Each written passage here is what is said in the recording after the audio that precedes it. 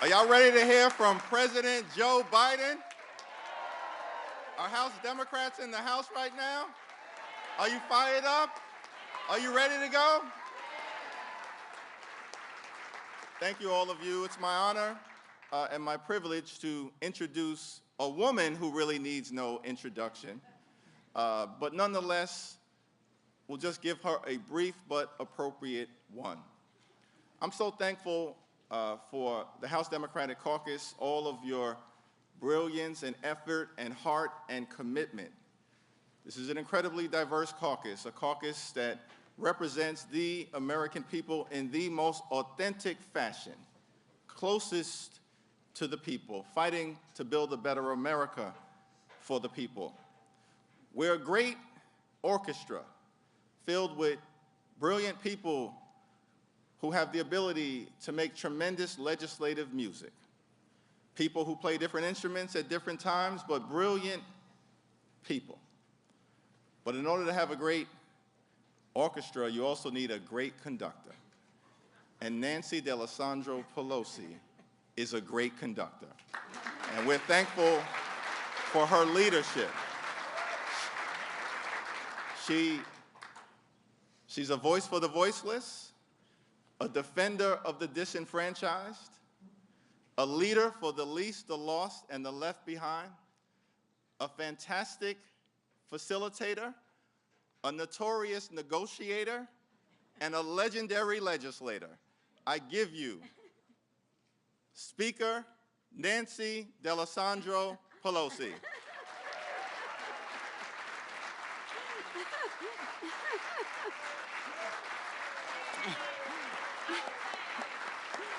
Thank you all. Let's get to the point. Thank you all. Thank you, Mr. Chairman, for your very generous introduction. I join you in saluting our caucus for its excellence. Thank you, and Vice Chair Aguilar, for a wonderful conference. Mr. President, what you see before you, I say to them, when under one roof, when our caucus comes together, is the greatest collection of integrity and ideas and imagination to make the future better for the American people. They came together in this caucus under the leadership of Mr. Jeffries and Mr. Aguilar and our other leadership, and we heard from them. We heard from members of your administration. We heard from grassroots activists. We heard from, actually we began, Mr. President, with a prayer, and it was a prayer to St. Francis, where there is despair, may we bring hope, and you have brought us hope.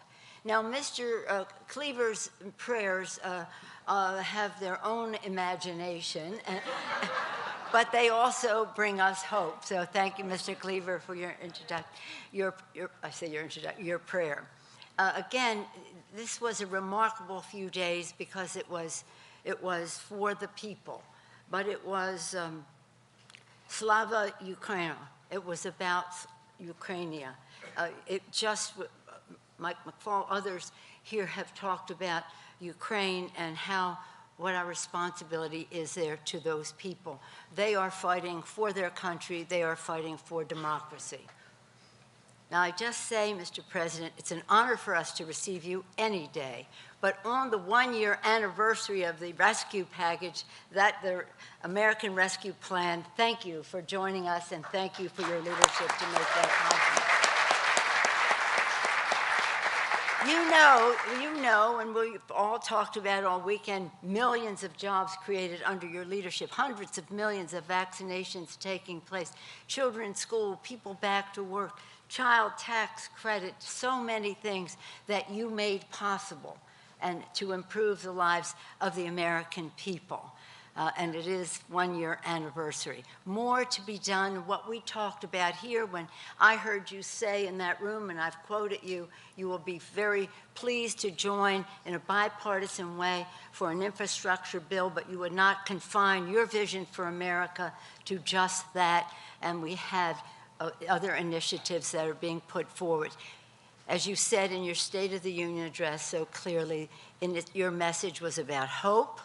It was about progress, and it was about empathy for the people, many of whom have not felt the full benefit of the upturn in our economy. But this election, because we talk about empathy, under your leadership, we talk about equality and equity and all that we are doing, whether it's building infrastructure or advancing our economy, to do so in a new, fresh way, to not only help people survive, but to help them succeed, and to do so in a transformative way where many more women and people of color participate in that. And you are making that happen with equality, equity, with empathy for the people, making progress. I'll just close by saying, and our democracy is on the ballot here.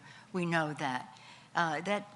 Mr. Hoyer has told us again and again that the Republicans are saying it's legitimate political discourse, what happened on January 6th. That's a threat to our democracy. Mr. Clyburn has said, I always quote Jamie Raskin quoting Thomas Paine, the times have found us. Yesterday we were at the Independence Hall and saw the reenactment of the peaceful transfer of power from George Washington to John Adams. Very emotional, especially in light of what happened last year. And Mr. Clyburn says, while we're saying the times have found us, he says these are the times that try men's souls, another Paine quote. So with all of that, we have to show the public the relationship between democracy and their kitchen table concerns. If the other side has its way in suppressing the vote, and nullifying elections, what does that mean? It means big, dark money dominates. So at the kitchen table, people will not have the confidence that they can have lower drug prices or higher minimum wage or better public education for their children or safer neighborhoods free of gun violence, because that big, dark money, which would prevail if the Republicans have their way in suppressing the vote and in nullifying elections. So much is at stake, nothing less than our democracy, but what democracy also means, fair elections mean in the lives of the American people. You have been, the time has found you. This is a president who has a great vision for our country. We see that every day. He has vision and values that go with it. He is a president who has knowledge and therefore judgment about policies that can work. You know his career. I don't have to go into it, but we do know that every day in his life he has made a difference in his political and official life. A president who is strategic in his thinking, who knows the path to get something done, and a person with such authenticity, such sincerity about what he believes in. He knows that kitchen table. His family has sat at that kitchen table when he was a little boy, in Pennsylvania, and then moved to Delaware. So again, God has blessed us with the timing of this presidency, with this person who is just making such a tremendous difference in the lives of the American people. So what a joy for us to be able to welcome him as we discuss how we go forward and how we impress upon the American people that their concerns are our concerns. We sit with them at that kitchen table, and we are determined, again, to win the election, to make the difference. And our message will be the message of the President of the United States, our special guest today, President Joe Biden.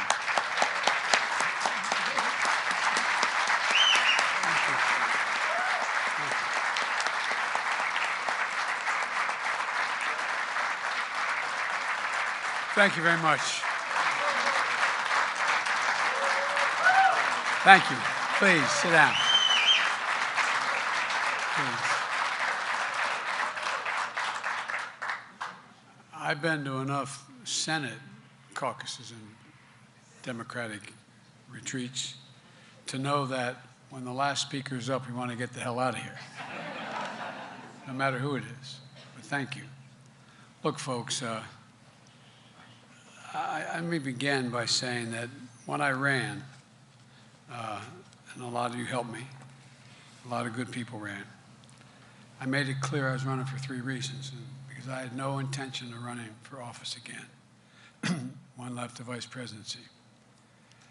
But when I saw those folks come out of those fields down in Charlottesville, carrying torches and singing Nazi slogans and carrying swastikas and white supremacists, I decided to get engaged. The point is this: I had a message which I didn't consult with anybody about generating to begin with, which was not viewed as being very saleable.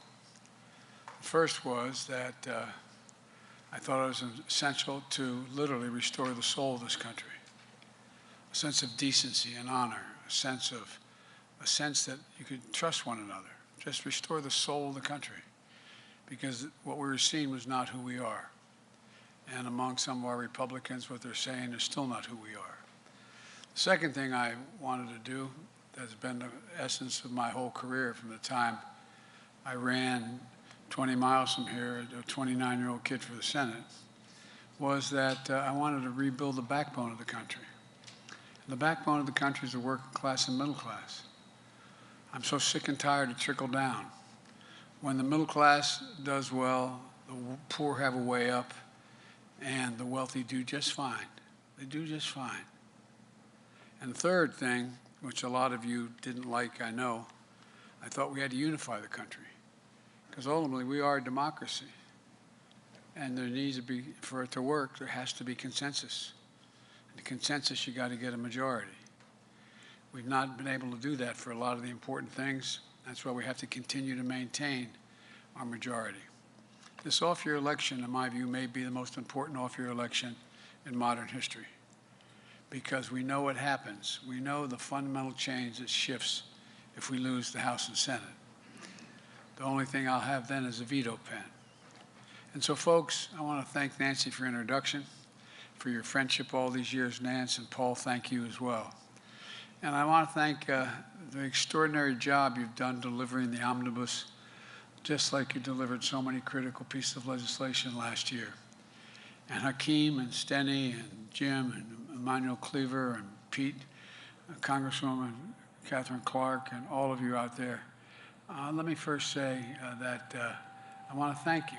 Thank you for the support you provided Ukraine. I was on the phone today for a better part of an hour with Zelensky, who I speak to almost daily. The people of Ukraine have demonstrated a remarkable source of bravery and courage, but the security assistance that you've provided has been absolutely critical in their defense. Second, I want to thank you for showing a unified front to the world. When Putin unleashed his assault, he thought he could divide NATO. He thought he could literally divide this country, the West, the United States, in terms of the parties. I know a former ambassador knows that out there. He thought he could divide Democrats and Republicans at home. But he failed. He failed. For months, the United States has worked tirelessly to keep our allies and partners together. As our former ambassador you see on television a lot, thank God, will tell you, I've spent literally hours and hours and hours and hours keeping the alliance together, the EU, NATO, and all of our allies, including our Asian allies. As a result, we've been able to ramp up our economic pressure on Putin and further isolate Russia on the global stage. This morning, along with the G7 nations in Germany, Canada, France, Italy, Japan, and the United Kingdom, we moved, which I know you wanted to do initially. And Nancy, I drove her crazy on most favored nation status, as we call it in the United States, permanent normal trade relations, and eliminate them. But folks,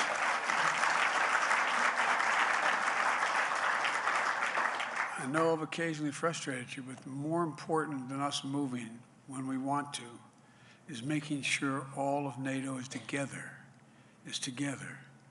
They have different vulnerabilities than we do, just like in the oil embargo.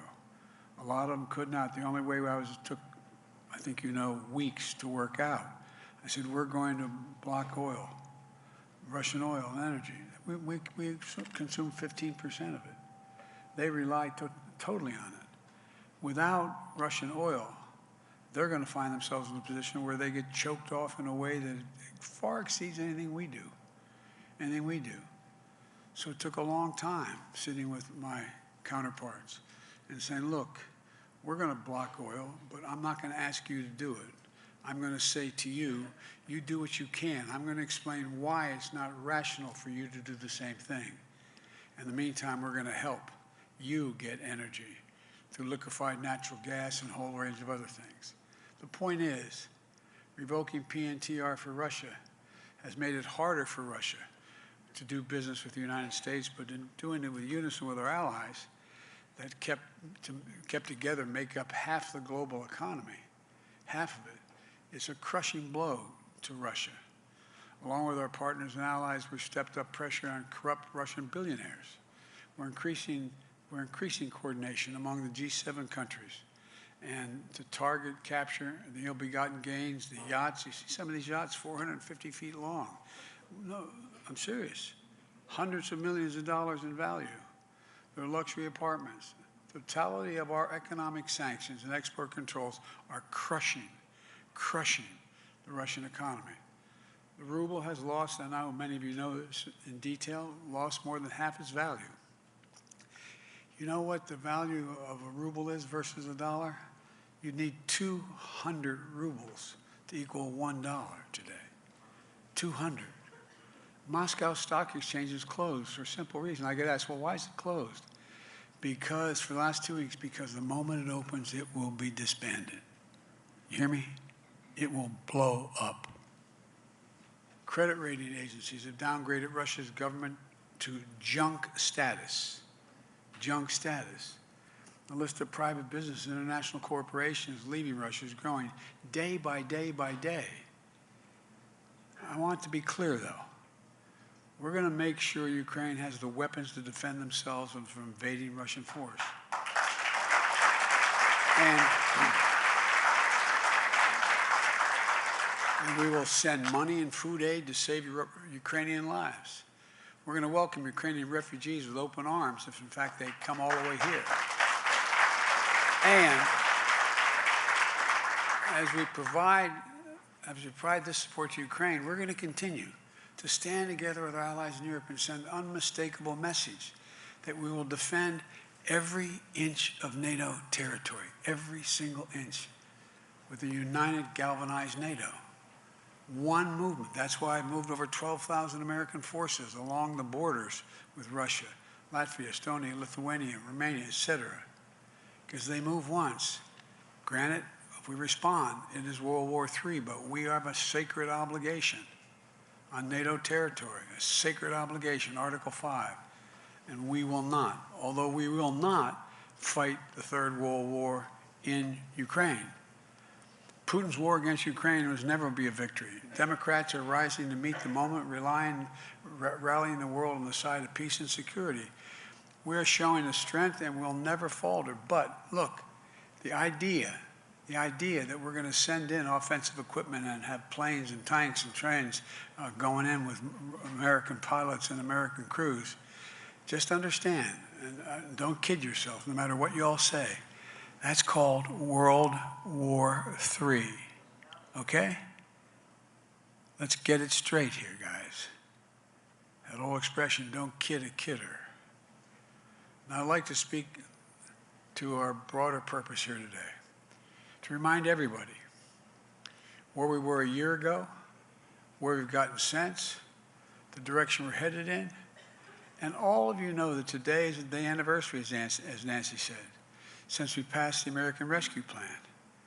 Within the first month of an office, thank God you did it. And anybody thought, well, we're going to pass a bill that's $1.9 trillion? We're going to do that? Well, yeah, you did it. I ask you, and you did it. Few pieces of legislation, no hyperbole, in American history have done more to lift this country out of a crisis than what you did. It took about 2 million Americans before I was sworn in. 2 million Americans had been vaccinated. Today, because of the efforts what you voted for, we have more than 250 million Americans fully vaccinated. You all remember the lines of cars? Remember nice-looking cars stretched for hours and hours to walk in just to get a box of food. Well, guess what? Stretching those miles and miles no longer is happening. That box of food is not only in the table, in the trunk. Because of that law, 41 million people put food on their table and are putting it on the table who wouldn't have been able to. Because of that law, we helped to keep a roof over 4 million people's heads who were about to be evicted. And we gave families what my dad used to call just a little bit of breathing room. Just a little bit of breathing room. Because we took action, we created 6.7 million jobs last year, more than any other time in American history. And we hadn't stopped. Last month, we created over 678,000 jobs in February. To get us well over 7 million jobs. Unemployment is down 3.8%. The economy grew 5.7%, the best economic growth in the last 4 decades. And the leading financial firm on Wall Street, Moody's, estimates that because of the rescue plan, 4 million more jobs are created. Unemployment is 2% lower than it would have been, and had we failed to ask. And it didn't cause the inflation. Look, there's more to the story than that. Many of you remember when we went through that last financial crisis in 2008, I had the dubious distinction of the president standing before all of you and said, and Sheriff Joe is going to take care of the Recovery Act. Well, guess what? The economy recovered, but underneath the recovery, just like every other recovery in our history, there was a lot of pain, a lot of pain. Republicans in Congress refused to give President Obama the additional recovery funds he asked for. And the truth is, a lot of folks never got back on their feet. A whole lot of young people saw their futures dim, diminished. They didn't get back on track. And what's economists called the economic scarring that occurred as a consequence of that recession. The chronic pain when an economy comes back, but some of the folks are left behind and left behind almost permanently, trapped in long-term unemployment, evictions and foreclosures. Study after study showed that when you're stuck in that cycle, it has the worst impact on your emotional health and that of your children and your family members that you can imagine. And that's serious. So when I came to office in the midst of this crisis, I was determined not to let that happen. Together, we made the choice to ask for all that we needed, to leave nobody behind, to minimize the pain and the hopelessness and despair that so many had just lost their jobs, lost everything, through no fault of their own. And look what happened. It isn't just that unemployment rate has dropped at a record pace. We've also seen the biggest drop in long-term unemployment ever recorded in American history. Nearly 2.5 million Americans have got to break out of that cycle of long-term unemployment. We've seen the most significant drop in Black and Hispanic unemployment ever recorded. Black employment fell by more than 30%. Hispanic unemployment fell by 9% to 4.4%. We've seen the lowest child poverty rate ever recorded, 40% decline in child poverty. The lowest number of home foreclosures ever recorded, down less than a third of what they were before the pandemic. Record low credit card delinquencies because families had money in their pockets. The list goes on. We've got a long way to go, though. I'm not saying we're over, we're just getting going. And a lot of work to do, but never forget what we've accomplished together so far. And by the way, the American people just trying to stay above water don't understand this. You tell them what the American Recovery Act was, they look at you like, what are you talking about? Understandably. They're like my family. Mom, dad, 4 kids, grandpa living in the house in a 3-bedroom suite-level home. Just every single day figuring out how you put enough food on the table, even when things are okay.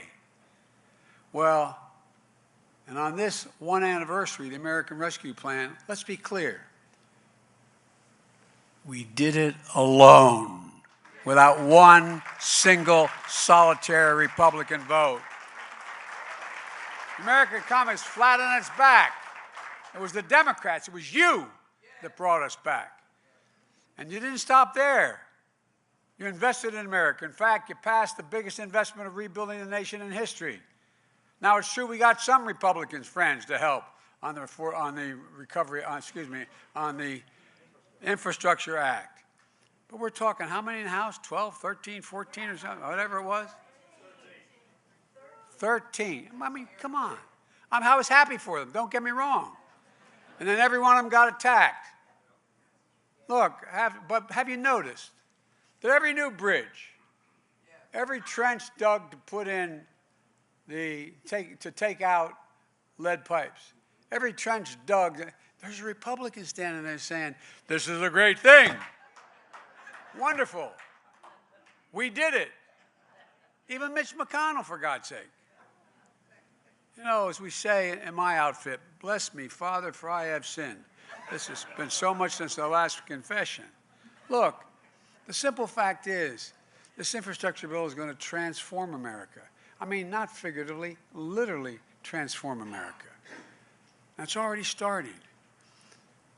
Instead of having infrastructure week, we have an infrastructure decade we voted for, okay?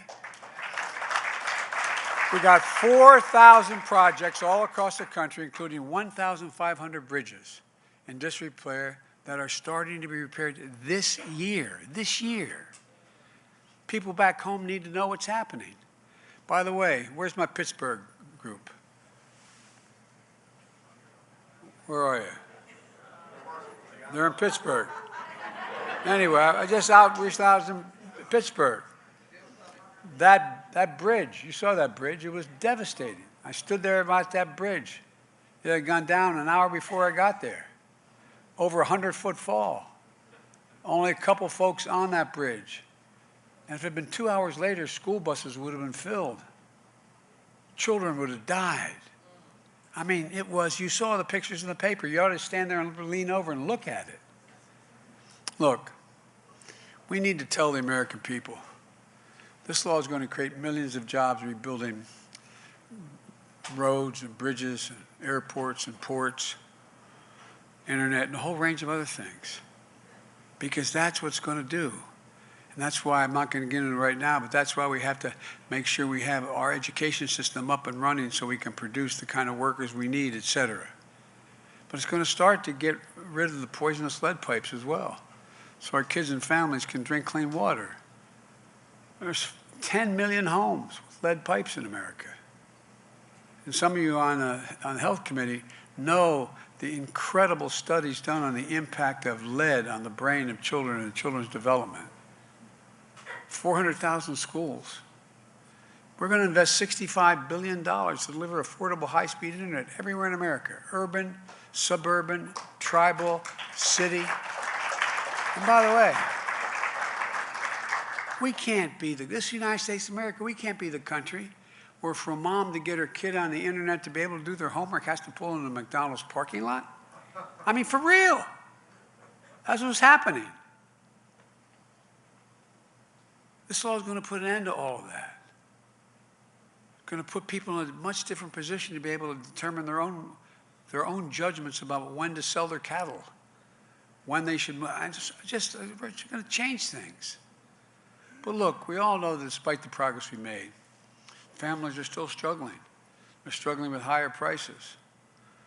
As I said, I grew up in a family where the price of gas went up. Everybody felt it. You talked about it. It mattered. It mattered. But let's be absolutely clear about why prices are so high right now. They're very high for two reasons, notwithstanding what the Republicans say. COVID, number one. What happened was, the way the global economy works, if a factory in Taiwan makes computer chips, shuts down because of COVID, it causes a ripple effect that can slow down the manufacturing in Detroit, which it did. One hitch can hold up everything. Because of the pandemic, we've had disruption in our supply chain materials and important materials.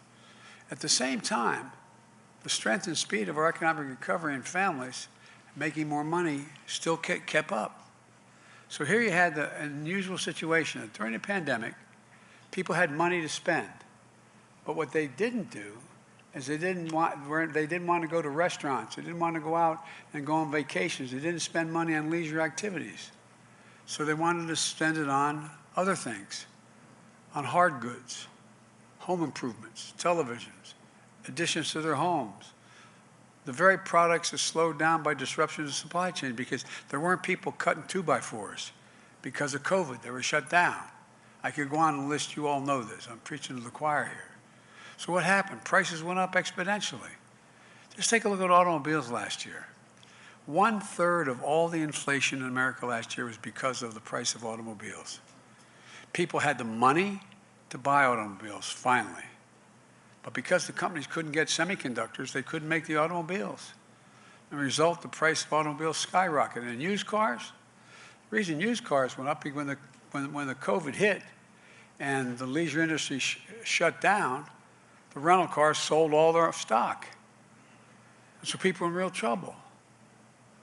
The second big reason for inflation is Vladimir Putin. From the moment he put his over 150,000 troops on the Ukrainian border, the price of gasoline in January went up 75 cents. And Putin began amassing troops along the border, and guess what? The world took notice. And those of you who work in the business know that the market anticipated. Prices went up more. And then Putin invaded.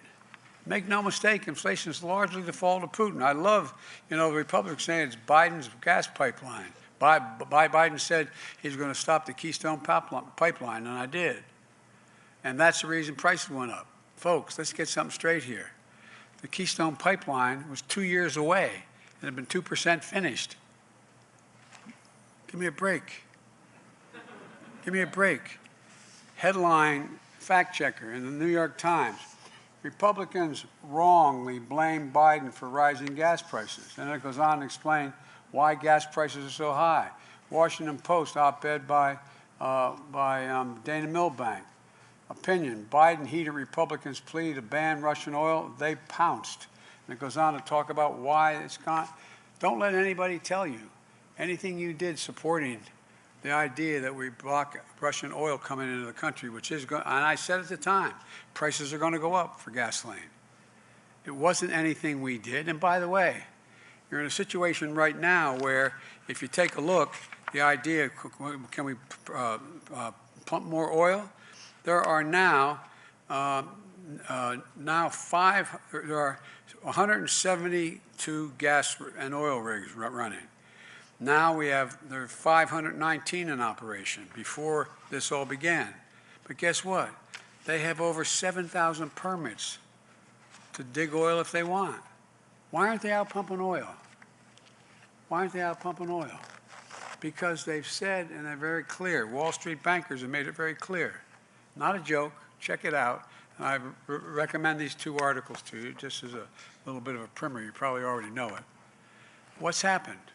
Well, the oil companies and executives, they don't want to pump more oil, although they have every capacity to do so. Nothing is slowing them up from doing it if they want to.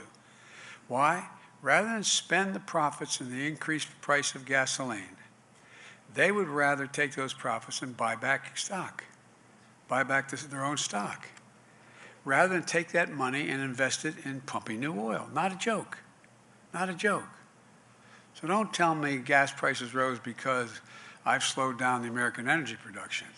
In my first year in office, American production grew by 9.7 million barrels a day to 11.6 million, while we still made a major, major effort to deal with global warming and changing the way in which we shift to renewable energy. And don't tell me gas prices rose because of the American Rescue Plan. The San Francisco Reserve, Federal Reserve, analyzed this, and other outfits confirm. The rescue plan contributed to 0.3% of inflation. 0.3 inflation. They're the facts. Democrats didn't cause this problem. Vladimir Putin did. And we are working on to fix it. Because of the work we did, this country is vaccinated and started building the economy, the bottom up and the middle out. Something incredible is happening. We're seeing a manufacturing revival that I don't think even those of you from the Midwest thought would occur. The pride that comes from stamping products made in America. Intel came to see me, the CEO. He said he wants to invest $20 billion to build factories in Eastern Ohio, manufacture computer chips. Semiconductors, the power of the world in everyday life, smartphones, Intel, technology that doesn't exist today. And they're prepared to increase their investment from $20 billion now to $100 billion now. As soon as you get final passage, the innovation bill headed to conference now. This bill will invest another $200 billion to make us competitive, including $52 billion in computer chips. We invented these damn things. We, the United States, everybody forget, we invented the computer chip and going to the moon. And we have been, every single solitary part of modernizing the technology and the computer chip has been American-made. But we stopped making them in America. And now we're going to make them again. That's going to help bring down the price of automobiles, appliances, and so much more. It's not just Intel. Take a look what Ford and General Motors did. Ford committed $11 billion to build electric vehicles in America. It's the biggest investment ever. General Motors committed $7 billion to build electric vehicles. Remember when General Motors, Mary Barra, was suing California because of the higher standard, mileage standard? I talked to her. I'm not saying she changed because of me. I talked to her. She came to call me and said she's going to drop her suit and that she's going to commit that 50% of all General Motors vehicles by the year 2030 are going to be electric vehicles. And everybody started following suit. Just a few years ago, companies might have built these factories elsewhere, but now they're building them in America. We're coming back. We're coming back stronger than ever before. And by the way, one of the things I've done, you know, I didn't know, maybe you all knew it, I didn't know when I was in the Senate, I should have, that there's law in the books. It's called Build America. You're allowed to insist, I get to spend, as your president, allocate the spending of $600 billion. Everything from the decks of aircraft carriers to a whole range of fleet of automobiles, all the things we spend money on in the government. Well, the law says that the President of the United States can say all those products have to be made in America. Well, what happened initially, we just got really lax, Democrats and Republicans, I might add, and said, here's the deal. If it has 55% American-made product and 45% is from foreign sources, that's okay. Not my book. So I just signed an executive order saying it's got to be a minimum of 75% to start. It's going to go up. And I think it's the third executive order I signed that no department can give a waiver for a non-American made product in any American product we're buying without my permission, without coming to the White House to determine whether or not that's justified. And know what's happening now? A lot of minority businesses, small businesses, are getting in on the deal. It gets posted. There's an office in the White House that says, this is a product being built. We can't find contractors for this with an American product. Here's what we need. And guess what? It's increasing the number of small businesses. We also know there's no one way to increase the standard of living. Putin's gas tax has pushed prices up higher. We take American manufacturing to bring prices and cars down. But in the meantime, we can save people money in a big way by reducing the cost of child care, of insulin, of caring for mom and dad, of their energy bills. Because that's another way to fundamentally impact on inflation for a family. It gets down to what's the total amount of money you have to spend to meet your basic needs. So guess what?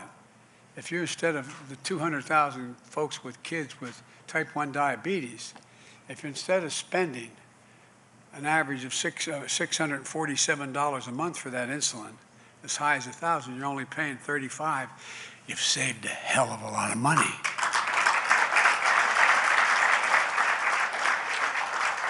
Think about your parents, particularly single parents, particularly women out there. The cost of child care. Look, when I got here, as Nancy and some of you know, I'd lost my family. It was an automobile accident. I got a call saying my wife was dead, my daughter was dead, and my 2 boys were very badly injured. And I hadn't been sworn in yet. I'm making an awful lot of help from a lot of senators saying, come and stay just 6 months, help us organize. Oh, was I stupid? 6 months. But they saved my sanity. And so I came. And everybody says, God, isn't that Joe Biden a wonderful guy? He commuted every single day, roughly 300 miles a day, 4 hours a day, just to be home with his kids. It's true, I did. It's true, I did over 2 million some miles on Amtrak. But here's the deal. I did it because I could not afford childcare. I couldn't even begin to think of it. And I was making at that time as a United States Senator, I was making more money than I'd made before. I couldn't afford it. So I think anybody making $100,000 a year, single person, or 120 as a family, should have child care capped at 7% of their income, period. Period. We can do that. Or cut the cost of child care in half, and a family's paying $14,000 a year in San Francisco, Philadelphia, all the big cities of the country, for just one child. And look, that extra $7,000 in their pocket will make a difference what they can do. There's so much we can do. Let me be clear, none of this is going to increase inflation. 17 Nobel laureates spontaneously, a month and a half ago, wrote to me. 17 Nobel laureates in economics wrote me a long paper saying this will help ease inflationary pressures over time, not increase it, ease. And we can do this without raising one single penny on taxes on anybody making less than $400,000 a year. Let me say that again, be crystal clear. No one making less than $400,000 a year will pay a single additional penny in tax for all these things that were in the Build Back Better plan. We have to do this. We have to do this. We have to ask it easy. Ask the biggest, those are the biggest corporations who pay very little, to raise their hand. Everybody in here, raise your hand if you think the existing tax structure is remotely fair. I'm not being serious. I could do this at a Republican meeting privately, and they'd say that no one raised their hand. But look, we have in 2020, 55 of the biggest corporations in America, the Fortune 500, paid zero in taxes, and they made $40 billion in profit. $40 billion. You know it, I know it, the American people know it. It just isn't right. Look, I'm a capitalist. This isn't about punishing anybody. I love Bernie, I really do, he's a great friend, but I'm not Bernie. If you can make $1 billion, make it. But for God's sake, pay your fair share, for damn it, right now. But why are teachers and firefighters paying a higher percentage of taxes than billionaires and big corporations, which is literally true, literally true. And we can fix this. We can raise the standard of living for hardworking people without raising taxes, without raising inflation, and without raising the deficit. And for all those folks out there who like to attack us let me remind them, last year, because of what you all did, we reduced the deficit by $360 billion. We, the Democrats, while the economy grew. We're on track right now. I'm on track to be the first president in history to lower the deficit by over $1 trillion in 1 year. So I'm sick of this stuff. We have to talk about it because the American people think the reason for inflation is government spending more money. Simply not true. I don't think we need any lectures from our friends on the other side about fiscal responsibility, for God's sake. Look, we have an ambitious agenda. So let's go get it done. That includes standing up for and not giving an inch on core democratic values. We're going to continue to stand up to meet the great challenges of our time: voting rights, climate change, gun violence, criminal justice, immigration, and so much more. Coming out of the State of the Union, I think we're in a strong position. We have a record to be proud of. An agenda will lower costs for American families and lift this nation up. And the message that resonates: we're building a better America, a fair America, a more decent America, a country that's been through a lot these past few years. And I meant what I said at the State of the Union. We're stronger today than we were a year ago, and we will be stronger next year than we are today. I've long said, and I mean this sincerely, I've spent a lot of time with Xi Jinping, over 36 hours of private meetings with him. He asked me, we were in the Tibetan Plateau, and he asked me if I could define America for him. Just me, a simultaneous interpreter, him and an interpreter. And by the way, I turned all my notes over. Okay? But seriously, he said, can you define America for him? He's a tough guy. I said, I can. I said, in one word. And he looked at me. I said, possibilities. We're the only nation in the world. It's the reason why we're looked at as sometimes being arrogant. We think anything is possible. Anything is possible if we act together. Look, we've taken every crisis we ever faced and turned it into an opportunity. Think of one that hadn't had that way. Whatever the crisis was, we've come out of it better than we were in before it occurred, every single time. But we got to stick together. We got to stick together. We can do this again. We can do it. Look, I'm going to get going. I shouldn't. I'll stop here. I know you all have questions. Anyway, thank you, and I'll be back here for questions. Thank you.